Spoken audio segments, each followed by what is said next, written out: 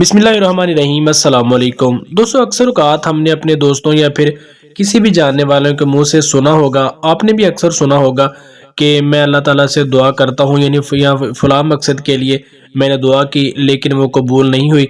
या फिर कई शख्स ऐसे भी होते हैं, वो कहते हैं कि मैं तो अक्सर दुआएं मांगता रहता हूँ लेकिन पता नहीं क्या वजह है कि मेरी कोई भी दुआ कभी कबूल हुई नहीं।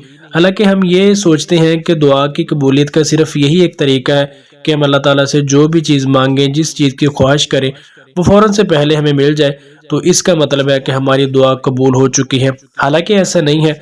दुआ की कबूलियत के तीन तरीके हैं कि दुआ हमारी अल्लाह ताला तक ज़रूर पहुँचती है, लेकिन उनमें पहला तरीका ये है कि अल्लाह ताला हमें वो चीज़ अता कर देते हैं जिसकी ख्वाहिश हमने अल्लाह ताला से की होती है, वो चीज़ हमें मिल जाती है और हमें पता चल जाता है कि हमारी दुआ कबूल हो गई है।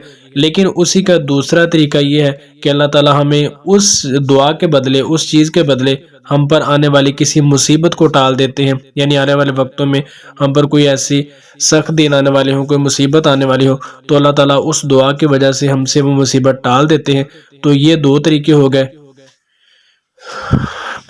और दुआ की कबूलियत का तीसरा तरीका ये है कि वो दुआ हमारी अल्लाह ताला के पास मौजूद रहती है, स्टोर हो जाती है, और उसका बदला हमें क़यामत के दिन मिलेगा। और वो इतना बड़ा चढ़ाकर अल्लाह ताला उस चीज़ का बदला देंगे कि बंदा फिर ख्वाहिश करेगा कि काश मेरी दुनिया में कोई भी दुआ कबूल ना होती, तो सारी दुआओं का बदला मुझे आज दिया जाता। तो कभी भी मायूस नहीं होना चाहिए। अल्लाह ताला से अपना ताल्लुक़ कायम रखें, दुआएं करते रहा करें। अल्लाह ताला ही देने वाला है और वही देने वाली ज़ात है। बहरहाल देर होती है लेकिन अंधेर नहीं, और अल्लाह ताला ही बेहतर जानते हैं कि हमारे लिए क्या बेहतर है क्या नहीं। इसलिए अल्लाह ताला पर यकीन रखें और अपना ताल्लुक़ भी अल्लाह ताला के साथ कायम करें, और यही सिर्फ हमेशा सोच कर रखें कि वही हमारा पाक परवरदिगार मालिक है, हमने उसी से मांगना है और वही हमें अता करने वाला है।